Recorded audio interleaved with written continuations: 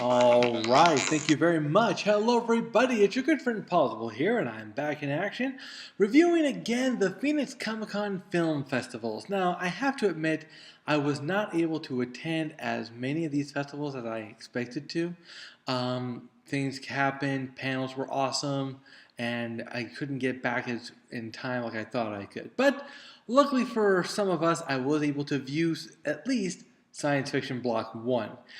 Science Fiction Block 1 had some incredibly talented directors, artists, actors, you name it, when it comes to making these films. So, with no more further ado, and spoiler alert, let's get talking about these science fiction films. Starting off first with Sparks. Now, Sparks was actually a pretty funny story.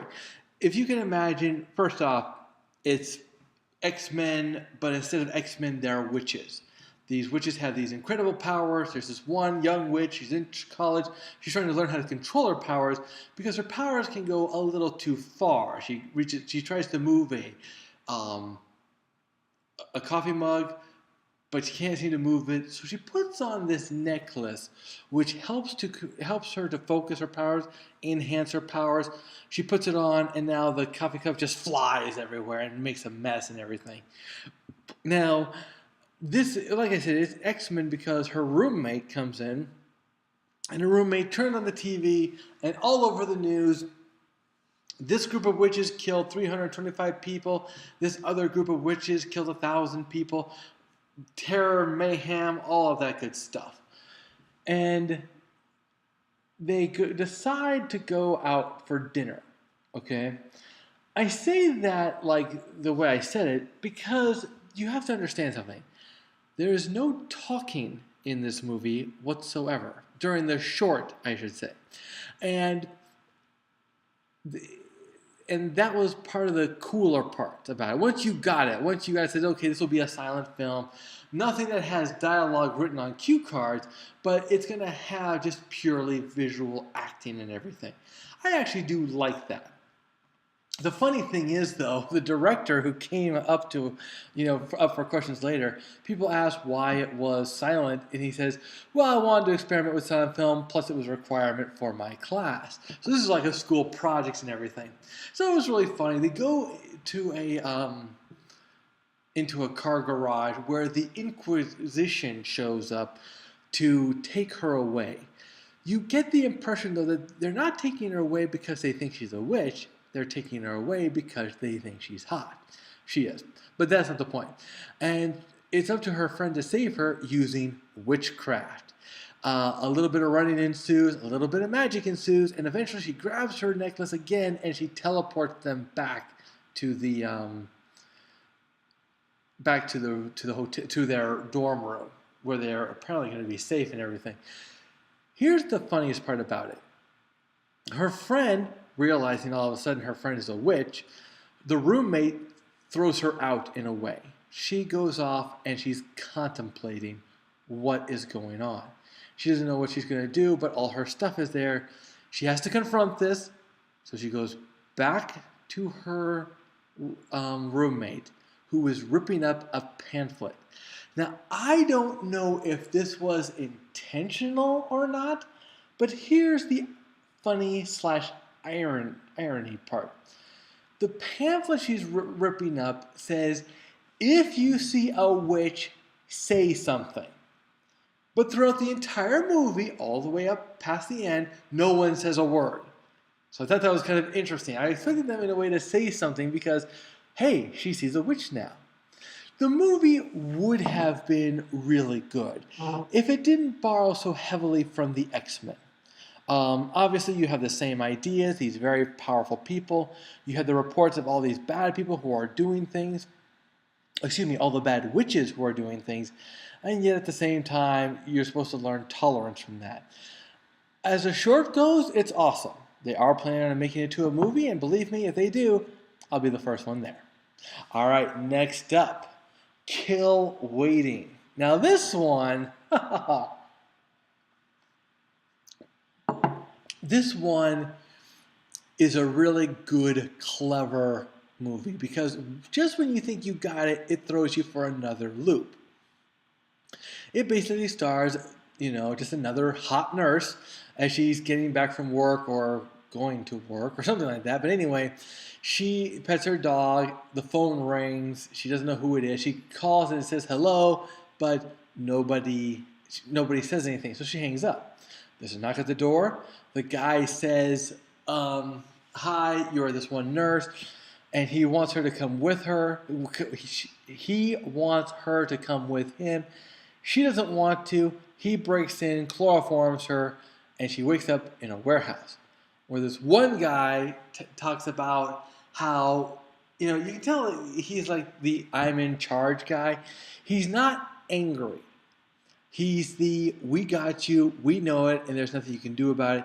He tries to play more of the subtle villain, if you know what I mean. But he's big. He's got the, how do I say that? Mercenary look. Long back hair, beard, goatee-ish, kind of shaven but not shaven goatee, if you know what I'm saying. I know you don't know what I'm saying. It's hard to describe. But you know that look. He's obviously not in the military anymore, but you get that sense that he was in the military.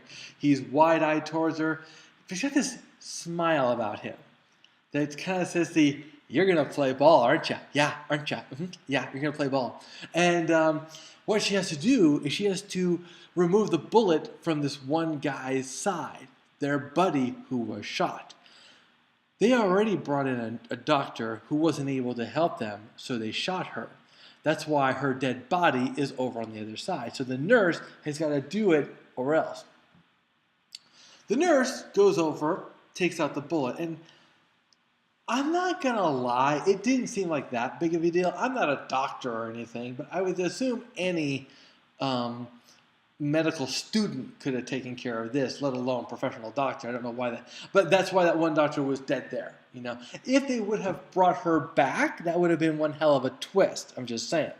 But I digress. The point is, she takes out the bullet, the guy wakes up, and it turns out he's not really the guy who... He's not really the guy who, their friend. He's an inventor of a phone that can call the past. Or can it call anywhere in time? Like, can it call the future or something? I don't know. But anyway, the phone can call the past. And so she tries to call herself. And this is where you think you got it. You're down, right? You're like, okay, it was her who called. We know this. So we're kind of like thinking, yep, figured you out, audience smarter. And because that's why she wasn't able to say anything. She was shocked. She realized she had called herself in the past. And the next thing you know, it was her who called. But what you don't know is that she's able to call again and able to call again. But this time she was able to convince her past self, one of herselves, to make sure she grabs the gun and to bring the, because when she was first waking up, she's like, did you search her? She's like, no, I didn't search her. She's a nurse. She's not going to be packing heat, Turns out she was packing heat. Her, on the third time's the charm call, was able to put the gun in the pocket, take it out and blow away the bad guys. The other guy dies too, so she's left with blood on her hands and a phone that can call the past. Now, and of course it ends with the expected, the phone rings, So a phone that can call somebody is suddenly getting a phone call itself. If you don't know who it is, I'll tell you who it is, even though they don't tell you in the movie. It's the phone company. She owes a lot of money. Okay, but no, seriously. The funny thing about this movie, and by the way, I'm not bothered by the whole time travel. I watch Doctor Who. I know how it's all timey-wimey, wibbly-wobbly stuff that makes this stuff. So let it be. I let it be. She didn't grab the gun, but her third past self grabbed the gun. So that's why she was able to actually do it. I love the fact that she thought it was her friend Tina.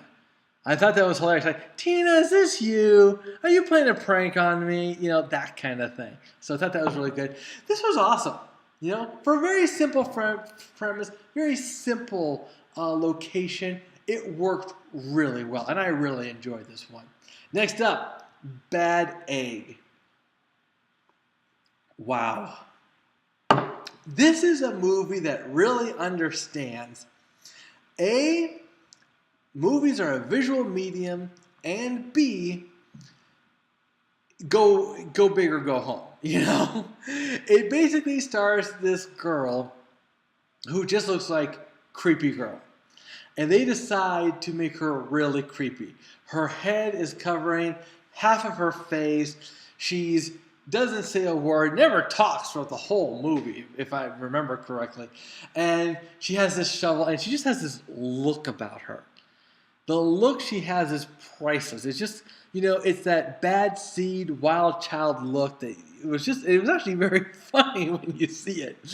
But it's Easter time, and it's time to put out the eggs. So they're putting out all the eggs, and it's time for the kids to go get them. And of course, she just looks creepy. She walks around, she sees one of the eggs, she just steps on it. She's the creepy child. And then she finds this weird egg. A meteorite fell and, you know, dropped one of the eggs. So she just picks it up, and apparently we never actually see her picking it up. But now it's lunchtime, and she's supposed to hang out with the girls, and she's with, you know, 2 or 3 of the regular popular girls, and she just stares, you know, doesn't say a word or anything. Finally, it's time for her mom to come pick her up, and this is the part I love. If there's anything I love more about this movie than that girl who did such an awesome job. You know, she was just beautiful, just perfect. But the moms were also wonderful because they didn't overreact to it. They were like moms. They're like, okay, well, let's go to the front. And then just like, she just stares at them, and she's like, and they're like, they don't overreact to her creepiness or anything. They're just like, well, we're hoping that she'll make friends and everything. We come back, and it's nighttime now. It's time for bed, and she takes her doll out, and she takes the head off the doll, I think, also. But she puts the egg in the crib. The egg hatches, and she smiles at it. It's the first time she smiles, like, wow, cool, it's alien, it's gross, I like this kind of thing. You get it. She's the weird child, and you're loving this, right? But of course, then we go Alien, and I'm not talking good Alien. I'm talking about, you know, 1970s Sigourney Weaver alien that jumps out, gets on her face, and the blood splatters on the windowsill. And through the windows, you see all the meteorites falling and all that. For such a dark movie, it's a dark comedy. It works. It's hilarious. And it was a lot of fun, and I really enjoyed it. The bad news is, though, at this point, I had to leave. A friend of mine had just arrived at Comic-Con. I had to take care of some business things with him, and I couldn't see more, and I wanted to see many more. You know, these movies, I gotta admit, you know, I think I came back to Comic-Con 2011, I believe, is when I first came, and when I first showed up, there were some real. I think I went into the film studios for like a. It was a foreign film type of thing. And that was just really well done. It was really fun. But the special effects, in comparison to what they do today, and remember, we're not talking professionals here, at least I don't think we are. I think we're talking amateurs. Some friends got together, made a movie, but they did such an awesome job with these 3. Especially that one called Sparks. That's a student one, okay? That's what that one is. And just a lot of fun, really cool, really well done. All right, guys, that's it for me for today. We'll see you at Phoenix Comicon and Phoenix Fan Fest October 22nd. But we'll also see you at the theaters.